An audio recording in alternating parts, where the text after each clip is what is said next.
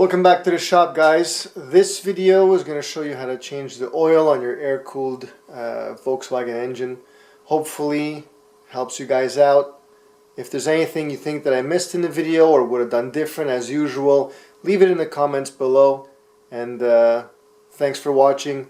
Subscribe if you don't mind, if you haven't yet, and give us a thumbs up if you like it, or a thumbs down if you think I made a mistake, or maybe just let me know what I did wrong, I guess.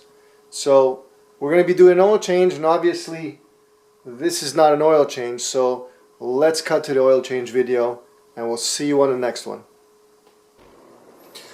Okay, so on oil change on an air-cooled Beetle, same thing for most of the air-cooleds with these types of motors. So the Type 1 style motor, you've got the basically the equivalent of an oil pan under here, and this is going to be the part we're going to remove. Some of them will have a drain plug, some of them will not.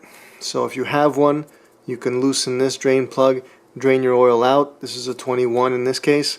And then we're going to loosen up these little screws all around here. Now the drain plug, along with the little screws here, have a copper seal washer. You might see one there. So once we drain the oil and we loosen all this up and take it out, there's going to be paper gaskets and a screen filter sandwiched, because these cars do not have an external oil filter like a modern car. So let me open this up, drain the oil, and then we'll start unbolting the rest.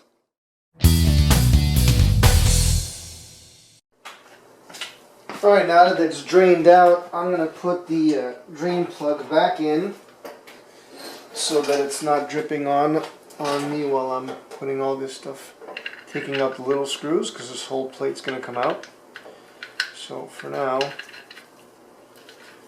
spin him in, just like so. Now we're going to take off, move this aside for a minute. We're going to loosen all these bolts here. This is a 10mm in my case. You don't want to go crazy with these because it's very delicate metal on this case. When you're tightening these up, don't go crazy. Check your torque specs and your manual if you have one. So I'm loosening all of them one by one. So don't forget, there's going to be little brass or copper washers on these. So don't be surprised if they fall out. As you can see there, those are seal washers. So it helps to seal, similar to what's on an oil pan drain on a modern car.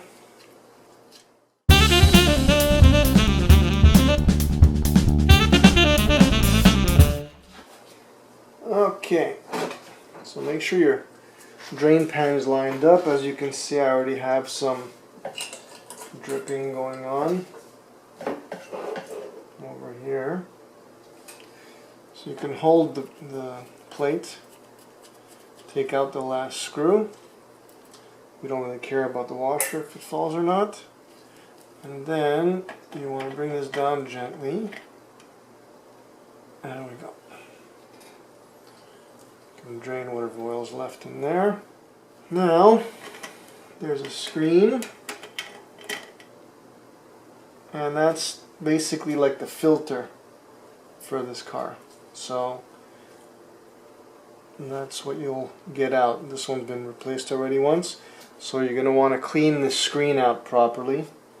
And then the other paper gasket was stuck on the back of this plate. So if you see in the back of this plate, there's a paper gasket, and then there's this screen, and then another paper gasket. So those will come off, and we're going to let this guy drip a little bit, and then we're going to clean up all these parts and then start to put the fresh gaskets and seals back on so we can close it up. Okay, now that it's done draining, you want to make sure that the flange over here is clean, that there's no debris, or if someone put some kind of sealant or something on here.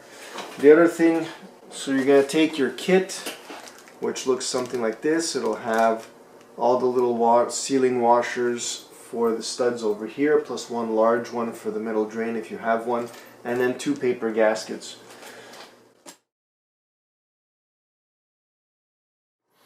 Let's take the cap or the oil drain sump cover, whatever you want to call it, off. The original one was on the car. Now, you may or may not see how those are proud or sticking up, the holes for the bolts. At least you can see this is probably the better ones. If I put this straight edge, you can see, let's see if we can get a good shot. You can see how pushed up it is. So your thin paper gasket is never going to be able to compensate. Let's go with the new one, and there's nothing, it's completely flat. So this is one of those things where you can do all you want with gaskets every time. You got to check this. This one's high, this one's high, this one's a bit flatter, this one's okay, this one's high. Like I can feel the cap is warped as I go around. So you want to get a spare cap before you do it, at least the first oil change on a vehicle you've just gotten like this. Get a cap, get some new strainers, because we'll change that too. Get a gasket kit, get the little nuts that go on here. They sell them as a complete kit. Try and get German whenever possible. All the other ones kind of are lesser quality and may suck long term. So we're gonna throw this new cap on with new washers and everything onto the car.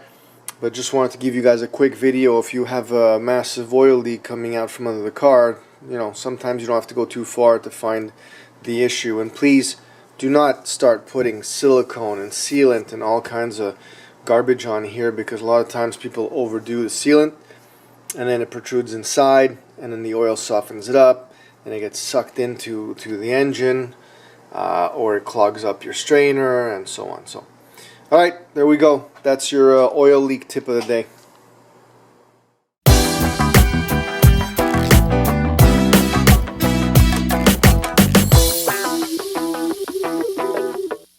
Here's the two kits that you have for doing an oil change that I have actually. So there's a German made one, and then I also have a Mexican I think. Yeah, Mexican one. So you can get either one. The Mexican, the paper seems thicker. The washers are so-so, and the German one, the paper seems thinner. The main drain washer seems to be a bit better. So I ran the Mexican one before. It did have a bit of a leak, so now we're going to try the German one and see how that goes.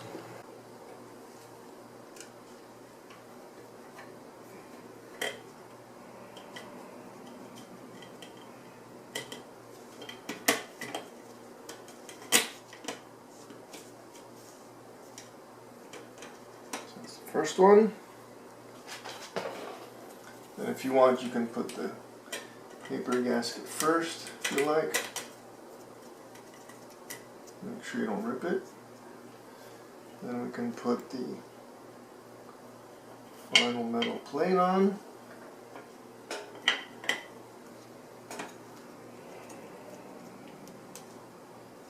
There we go, and that's your assembly. Now comes the tricky part. What you can do is you can temporarily put one of the nuts on with no washer. Just remember which one it is, just to help you hold this in place.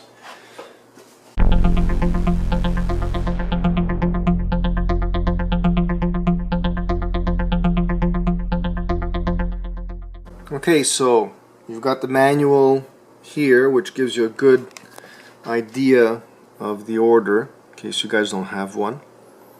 And then we've got the torque specs over here at the bottom, which is 5 for the little bolts, 5 foot-pound, and 25 foot-pound for the bigger ones, for the center drain.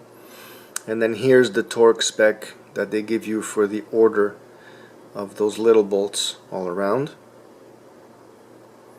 And I'll give you the conversion in case you don't have for the 5 foot-pounds, which should be, hang on, usually if you have a torque wrench that goes to 5 foot-pound, it rarely is going to be 5 foot-pound. 5 foot-pound would be 6.78 Newton meters. So that gives you a conversion for your torque wrench. Okay.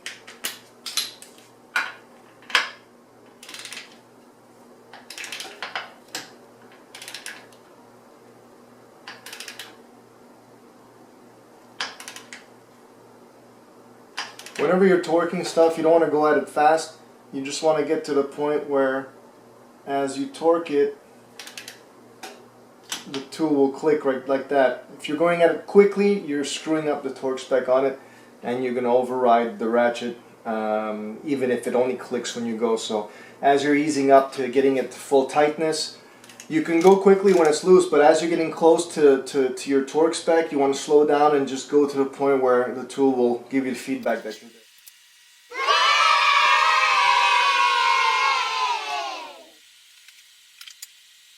Another thing, when you're changing the oil, you may want to, clean up your oil cap on the inside. Make sure that the rubber gasket's good. Make sure there's no debris on here. Clean it up, and then you can put it back on when you're done.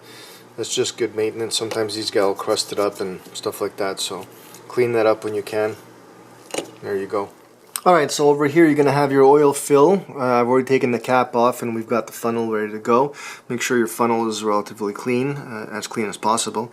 And then you're going to fill it. I use 20W50 synthetic with zinc additive. I'll show you guys that in a minute. So let's get the oil out and let's start pouring. There's a sample of the oils that I run. You can get an AMSOIL product which is called Z-Rod, which is fortified with zinc. I'm running 2050. If you have a regular engine oil with nothing added to it, you can add zinc with an additive like this, or you can also get a Lucas product that has, I believe it's just regular oil. I think the AMSOIL is synthetic, this one's regular, and this one has also a zinc additive in it.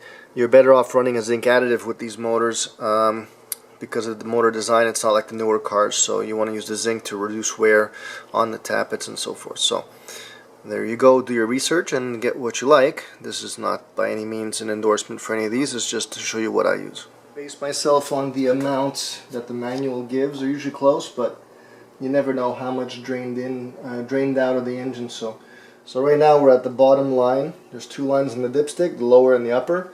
You want to bring it close to the upper. Right now we're touching the bottom line. So here's the dipstick. Hopefully you can see on here there's two lines. The lower line is your minimum, the upper line is your maximum. You want to try and get as close as you can to the upper line on that. Right now we're just under the upper line, so we're going to close everything up and start the motor and see how it goes. Then I put the cap back on.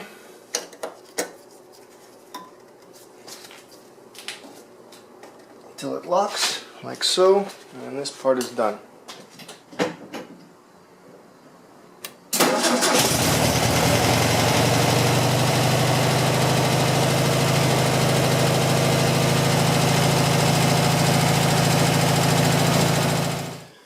So there you go, guys. Oil change is all done. Hopefully you're all set to do yours. We're working on the front end of this Beetle, doing a whole beam, front disc brakes, rear disc brakes, and all that good stuff, which you'll see in a future video. So hit the subscribe and hit the bell so that you're notified when this video comes out or something similar to it. We've got Volkswagen Beetle content, we've got Scirocco content, we've got a bunch of different Volkswagen stuff coming up. So check us back from time to time. Hit the subscribe or hit the bell. Make it all automatic so that you're up to date with what we're doing. Till the next time, take it easy. This was a Wolfhouse Motorworks presentation. Don't forget to subscribe.